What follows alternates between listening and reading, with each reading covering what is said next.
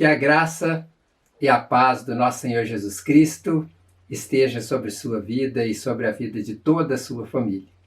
É com imensa alegria que estamos aqui mais uma vez no canal Palavras de Vida para trazer uma palavra de Deus ao seu coração.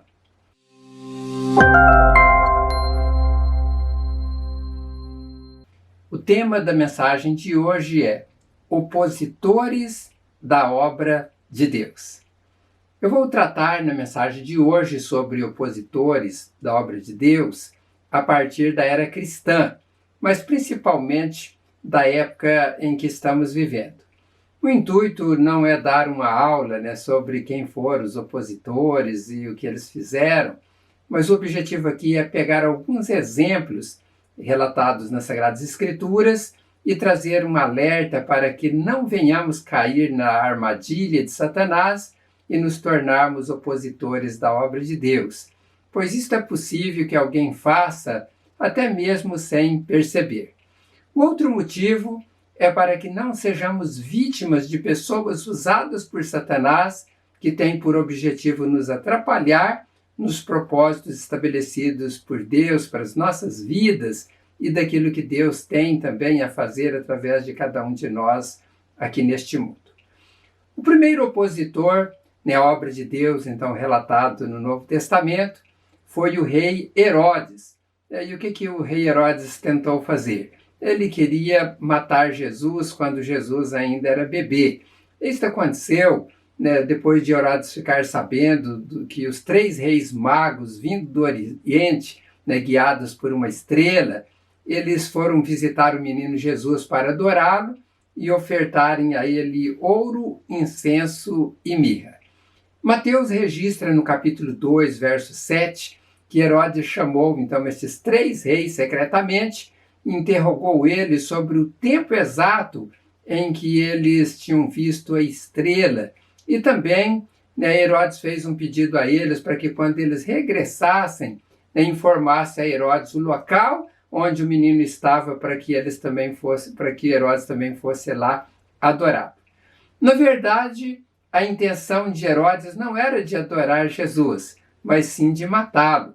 Os versos 2 e 3 do capítulo 2 de Mateus diz que Herodes ficou perturbado quando os reis magos perguntaram: onde está aquele que é nascido rei dos judeus? Porque vimos a sua estrela no Oriente e viemos adorá-lo. Ele, ficando perturbado, quis de fato matar Jesus. Isso está registrado em Mateus capítulo 2, verso 13, que informa que após os reis magos terem se retirado, o anjo do Senhor apareceu a José em sonhos, dizendo: levanta-te e toma o menino e sua mãe e foge para o Egito, e demora-te lá até que eu te diga, porque Herodes há de procurar o menino para matar. Então aqui nós podemos ver que Herodes foi o primeiro opositor ao propósito de Deus, porque ele queria então aniquilar Jesus, temendo que Jesus pudesse tomar o seu reino.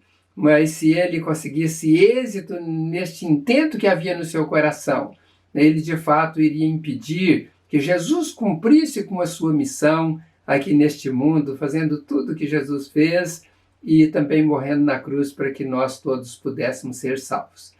Herodes, ele estava sendo um instrumento de Satanás, pois ele, não tendo sido informado pelos magos da localidade onde Jesus estava, quando os magos retornaram, a palavra de Deus diz que ele mandou matar todos os meninos de 2 anos para baixo, aqueles que eram de Jerusalém e ali também dos seus entornos, ali em volta de Jerusalém.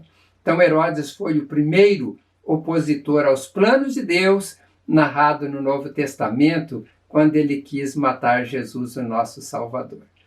O segundo opositor, que figurou na história bíblica no início do ministério de Jesus e que está relatado nos evangelhos de Mateus e Lucas, ambos no capítulo 4, e também lá no evangelho de Marcos, capítulo 1, verso 13, este opositor, segundo narra tanto Mateus quanto Lucas, foi o próprio diabo. E segundo a narrativa de Marcos, ele aponta como sendo Satanás. Se olharmos no original, há significados diferentes para as palavras diabo e Satanás. Diabo, que no grego é diablos, significa acusador, caluniador e difamador.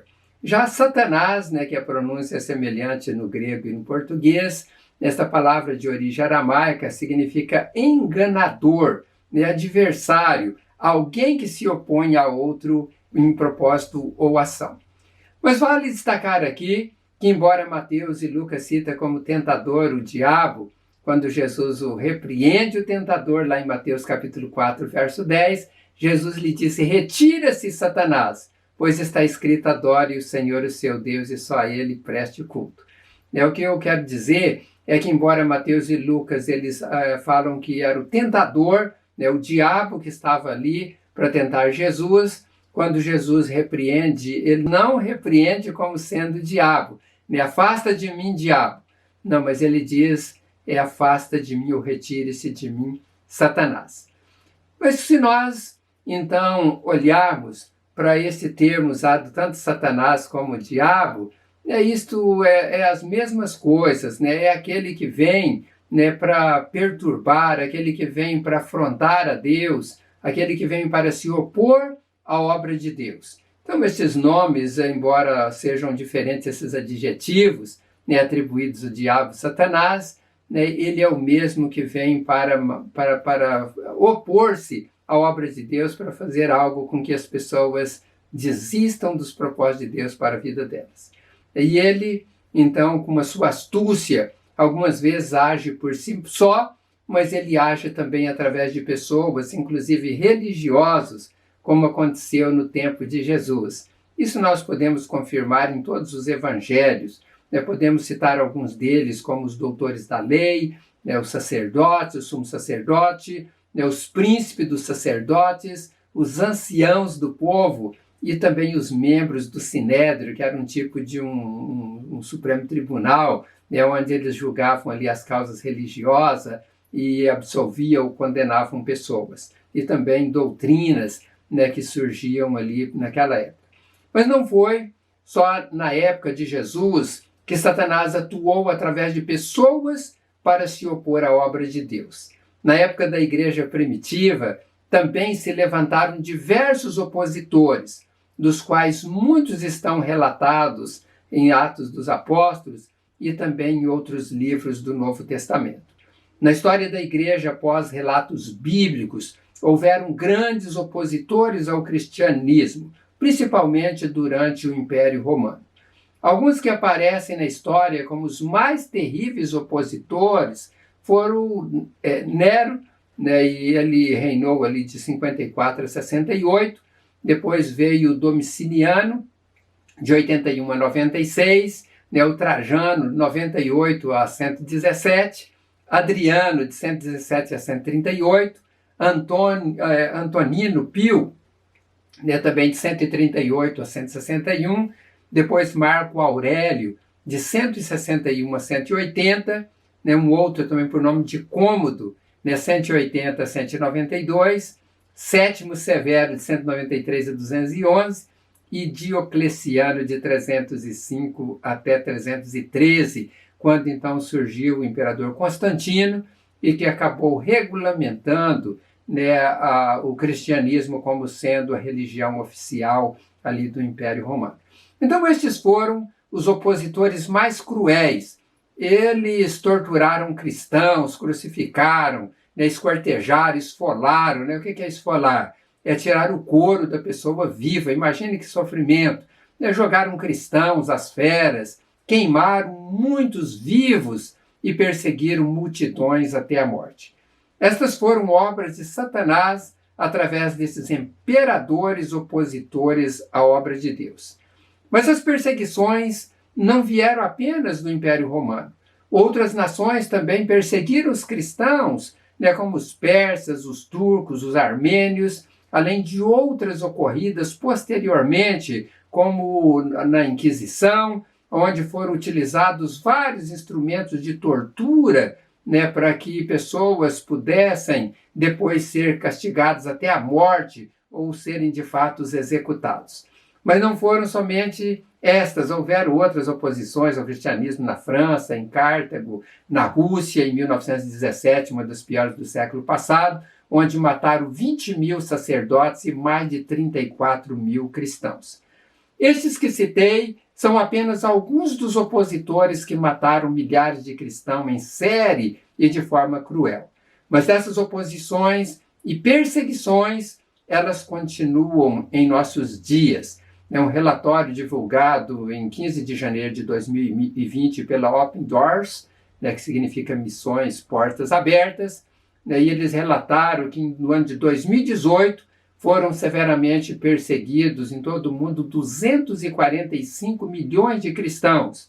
E no ano de 2019, este número subiu para 260 milhões de cristãos. É um número astronômico. Veja quantas pessoas têm sido perseguidas, ou quantos estão se opondo ao Evangelho e trazendo sofrimento para aqueles que professam a fé em Jesus. Mas por que eu estou trazendo estes dados tão estarrecedores? Porque sempre houve oposição à obra de Deus e sempre haverá até que Cristo venha para levar a sua igreja. A pergunta que merece uma resposta aqui é: o que devemos então fazer diante das oposições à obra de Deus? Vamos nos acovardar? Vamos abandonar a fé? Vamos desistir? A resposta é não, não, não. Mas, infelizmente, vemos que muitos cristãos que poderiam testemunhar a sua fé em Jesus estão calados. E não só isso, alguns têm se tornado opositores ao Evangelho de Cristo, através das suas ações em palavras, através dos seus atos e até mesmo através do silêncio. Talvez você possa dizer: que isso, pastor? Jamais serei um opositor à obra de Deus. Eu amo a Deus, eu amo a Jesus. Eu jamais serei levado por qualquer força para se opor à obra de Deus. Eu quero ler um texto bíblico que está registrado em Marcos capítulo 8, versos 27 a 33, e você vai perceber que todos nós somos vulneráveis a isto e nós precisamos cuidar para que não sejamos levados por nenhuma corrente do mal. O texto diz assim, em Marcos capítulo 8, a partir do verso 27. Jesus e os seus discípulos dirigiram-se para os povoados nas proximidades de Cesareia de Filipe. No caminho, eles lhe perguntou: quem o povo diz que eu sou? Eles responderam: alguns dizem que és João Batista, outros Elias, e ainda outros um dos profetas. E vocês? Perguntou ele. Quem vocês dizem que eu sou? Pedro respondeu: tu és o Cristo. Jesus os advertiu que não falasse a ninguém a seu respeito. Então ele começou a ensinar-lhes que era necessário que o Filho do Homem sofresse muitas coisas e fosse rejeitado pelos líderes religiosos, pelo chefe dos sacerdotes, pelos mestres da lei, e fosse morto e que 3 dias depois ressuscitasse. O verso 32 enfatiza que Jesus falou claramente a este respeito. Agora veja o que aconteceu após Jesus declarar que iria sofrer, que seria rejeitado, que seria morto pelos seus opositores. O verso 32 de Marcos 8, na sua segunda parte, narra que Pedro chamou Jesus à parte e começou a repreendê-lo. Observe que aqui surge novamente a figura do Satanás, aparecendo como um opositor à obra de Deus dentro dos planos de Jesus, que era de morrer para salvar a toda a humanidade. Agora, em que contexto isso aconteceu? Isto começa com Jesus perguntando: quem o povo diz que eu sou? Os discípulos, então, depois de responderem, uns dizem que é João Batista, outros Elias, e outros dizem que é um dos profetas. Então Jesus interroga seus próprios discípulos. Ele diz: e vocês? Quem vocês dizem que eu sou? Daí Pedro, então, toma frente e ele declara: tu és o Cristo. Isso está em Marcos capítulo 8, verso 29. Mas também há o relato no livro de Mateus, capítulo 16, verso 16, e ali está um pouco mais completo. Pedro diz: tu és o Cristo, o Filho do Deus vivo. Esta palavra Cristo, no grego, significa ungido, significa Messias, o Filho de Deus. E no hebraico também é semelhante, né, a palavra Mashiach, né, que significa ungido e príncipe messiânico. Então, quando Jesus pergunta, e vocês, quem dizem que eu sou? Pedro declara que Jesus era o Cristo, ele está declarando que Jesus é o príncipe messiânico.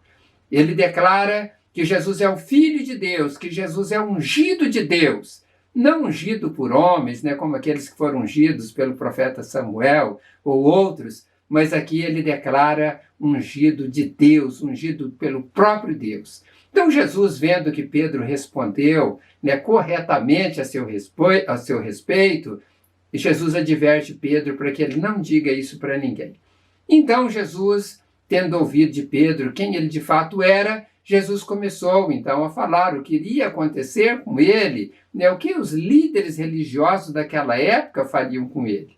Este era então o contexto onde Jesus tem aquele embate ali com Pedro, que diante então desta fala de Jesus, né, Pedro, que havia declarado anteriormente ali alguns instantes que Jesus era o Cristo, ungido de Deus, o Messias prometido, Filho de Deus, ele agora não concorda com a fala de Jesus e, conforme diz o texto, ele chama Jesus de lado e ele repreende Jesus.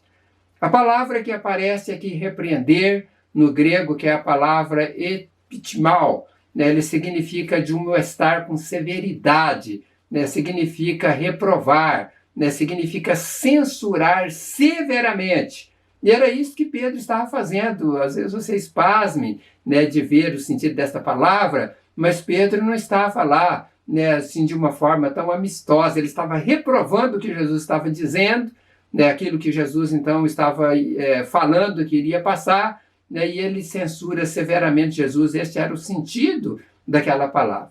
E foi neste momento que Pedro, então, em vez de agir como discípulo, ele agiu como opositor à obra de Deus, na pessoa de Jesus, que teria que, de fato, ir para Jerusalém para morrer em uma cruz, para que todos nós pudéssemos ser salvos. E Jesus, então, vendo esta atitude de Pedro, ele vendo esta ação do mal na vida de Pedro, Jesus o repreende também. O texto lá em Marcos capítulo 8, verso 33, diz que Jesus, porém, voltou-se, olhou para os seus discípulos e repreendeu Pedro, dizendo: para trás de mim, Satanás, você não pensa nas coisas de Deus, mas nas dos homens.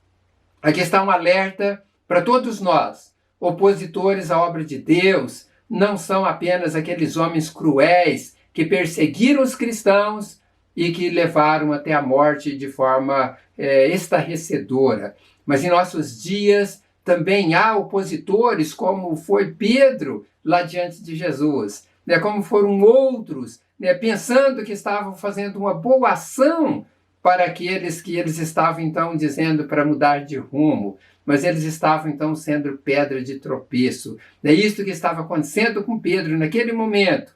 Né, os seus olhos pareciam estar fazendo uma boa coisa para Jesus. A repreensão de Pedro era para que Jesus não fosse a Jerusalém e viesse a ser morto.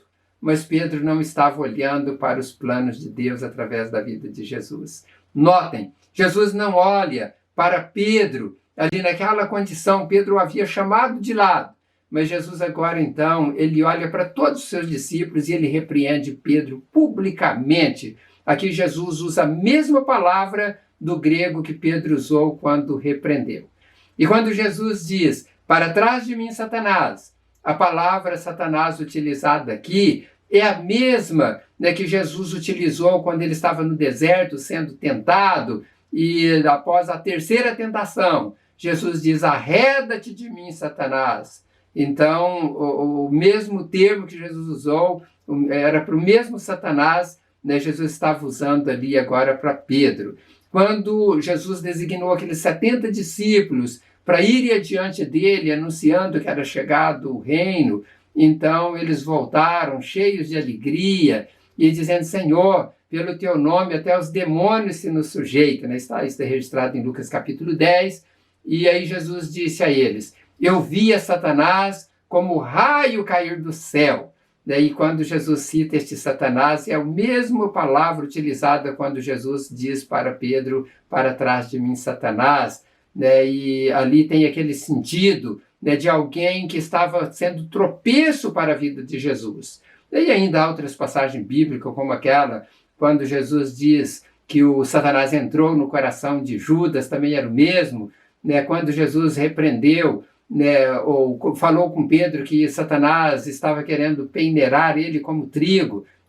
Todas estas passagens são a mesma palavra. Então Jesus foi bem direto ao ponto que estava levando Pedro a ser uma pedra de tropeço. E por isso ele disse: retira-te de mim, Satanás, porque não compreende as coisas que são de Deus, mas as que são dos homens. Olhando para o desfecho final deste confronto de Pedro com Jesus e de Jesus com Pedro, nós podemos concluir que se opor a Jesus, se opor às palavras de Jesus, se opor aos planos de Jesus, é se tornar um instrumento de Satanás, é se tornar um opositor à obra de Deus. E pensando nisso, não podemos achar que os opositores da obra de Deus foram apenas aqueles do passado, mas muitos ainda continuam se opondo às obras de Deus nos dias que nós estamos vivendo. É muito importante atentarmos para esta verdade, porque os opositores podem estar dentro da própria casa, do convívio do cristão, pode estar no trabalho, eles podem estar em qualquer outro lugar, pode estar também nos programas de televisão, pode estar nos filmes, nas novelas, nas séries, nas redes sociais, em literaturas e muitos outros lugares ou meios de comunicação. Diante disso, a pergunta que merece resposta é: será que tenho sido vítima de opositores? Será que tenho seguido os conselhos deles? Será que tenho deixado de fazer coisas para Deus por conselhos de outras pessoas? Nos longos anos da minha caminhada cristã, eu tenho visto muitas pessoas desistirem de fazer coisas para Deus porque elas foram convencidas pelos seus cônjuges, foram convencidas pelos filhos, outros pelos pais, pelos parentes, pelos amigos e por outras pessoas. E a proposta até parecia boa. Olha, você está cansado, você tem trabalhado muito, você deve deixar para outras pessoas fazer isso, as pessoas que têm mais tempo, você vai se acabar, você vai se matar fazendo estas coisas. E eles até não atribuem que é fazendo coisas para Deus, mas às vezes atribuem que é fazendo coisas para a igreja, fazendo coisas para líderes religiosos. E eu quero dizer que quando nós fazemos as coisas, nós devemos fazer como sendo para Deus. É para Ele que nós devemos fazer, porque é Ele que merece todo o nosso trabalho, toda a honra e toda a glória. Então nós precisamos cuidar para que pessoas não venham fazer com que desistamos dos propósitos de Deus, dos projetos de Deus para as nossas vidas. E às vezes os opositores, ele se manifesta como alguém que está sensibilizado de ver você se esforçar tanto para fazer coisas para Deus. Às vezes eles se manifestam demonstrando preocupações com a sua vida. E era isso que estava acontecendo com Jesus quando Pedro se opôs ao plano de Jesus de ir a Jerusalém, onde ele seria crucificado. Mateus relata isso de uma forma muito clara no capítulo 16, verso 22. Ele diz: e Pedro, tomando-o de parte, começou a repreendê-lo, dizendo: Senhor, tem compaixão de ti, de modo nenhum te acontecerá isso. Veja que até parece uma forma de convencimento, dizendo: Jesus, eu amo tanto você, daí eu não quero que aconteça essas coisas ruins com você. Mas Pedro estava repreendendo Jesus ali de forma severa, conforme eu já citei ali anteriormente. Mas nem sempre os opositores vêm afrontando, mas vêm sugerindo que você não faça algo para Deus. Daí eu pergunto novamente: você tem sido vítima desse tipo de opositores? Jesus levou isto tão a sério que mesmo Pedro tendo chamado ele de lado para falar, em particular, diz o texto que Jesus olha para os discípulos e Jesus repreende ali também severamente Pedro, dizendo: para trás de mim, Satanás. Você não compreende as coisas de Deus. Mateus relata que Jesus disse: você está sendo uma pedra de tropeço. Eu já disse isso anteriormente. Mas vale a pena repetir, porque muitas pessoas podem se tornar pedra de tropeço na vida dos servos de Deus e das servas de Deus, porque eles não compreendem o plano que Deus tem mostrado para você seguir. Eles não conseguem ver lá no final, eles estão vendo só o periférico, só o aqui e agora, mas aqueles que são chamados por Deus, eles conseguem ter uma visão mais ampla e começam a enxergar bem adiante, né, aquilo que vai culminar no seu trabalho, na sua obra, na sua labuta aqui neste mundo, seguindo a carreira proposta por Deus. Então cuide, não ceda, não se renda aos opositores deste mundo. Siga em frente, faça o que Deus lhe chamou a fazer, custe o que custar. Eu vou orar para que Deus te ajude a vencer os opositores e também para que você não se torne um opositor, porque pior do que ser vítima de um opositor é se tornar, né, um opositor à obra de Deus. E Satanás, ele quer levantar muitos opositores por toda parte do mundo. Não podemos cair nas armadilhas de Satanás e nos tornarmos pedras de tropeço para os servos e as servas de Deus. Não podemos cair nas armadilhas de Satanás e abandonar o barco, abandonar o ministério, abandonar o dom tão maravilhoso que Deus nos deu e abandonar a igreja do Senhor Jesus, que é o corpo de Cristo. Não podemos, de forma alguma, abandonar o projeto maravilhoso que Deus tem para as nossas vidas. Oremos. Eu te agradeço, a Deus, por esta palavra que o Senhor colocou no meu coração para transmitir a todos estes e estas que me ouvem através do canal Palavras de Vida. Ó Deus, que eles sejam encorajados a enfrentar toda a oposição do inimigo e que não venha, Deus, desistir dos propósitos que o Senhor tem colocado no coração de cada um deles e delas, de serem participantes do teu reino aqui neste mundo, sendo um servo do Senhor, uma serva do Senhor, um embaixador de Cristo, levando a mensagem de salvação aos perdidos. Meu Deus, proteja e não deixe também que nenhum dos teus filhos sejam usados como Pedro foi, ali usado por Satanás, tentando mostrar um outro caminho que não era aquele caminho que Jesus teria que trilhar. Meu Deus, afasta estes males dos teus filhos, dos teus servos, das tuas servas, e dai, ó Deus, a tua bênção e a tua paz. Deus, se há pessoas que nos ouvem, que está enferma, coloque as tuas mãos, repreenda, ó Deus, toda doença, desde a cabeça aos pés, e que estas pessoas possam testemunhar das tuas maravilhas. Abençoe, ó Deus, a renda do trabalhador, do empresário, do profissional liberal, do autônomo, ó Deus, das mulheres que trabalham também em diversas áreas. Coloque as tuas mãos e multiplique as bênçãos sobre todos. Esta é a minha oração, em nome do Senhor Jesus. Amém. Que Deus abençoe rica e abundantemente a sua vida. Foi um prazer passar mais esse tempo aqui com vocês. E se Deus permitir, em breve estarei aqui para trazer mais uma mensagem ao seu coração. Não deixe de compartilhar esta mensagem com seus amigos, seja um parceiro nosso na semeadura da palavra, e eu tenho certeza que Deus vai lhe recompensar. E se você não se inscreveu no canal, se inscreva, porque nós sabemos que quanto maior é o número de pessoas inscritas no canal, mais o YouTube vai colocar os vídeos também para ser acessado pelas pessoas. Então, Deus te abençoe, um grande abraço e até em breve, se Deus assim permitir.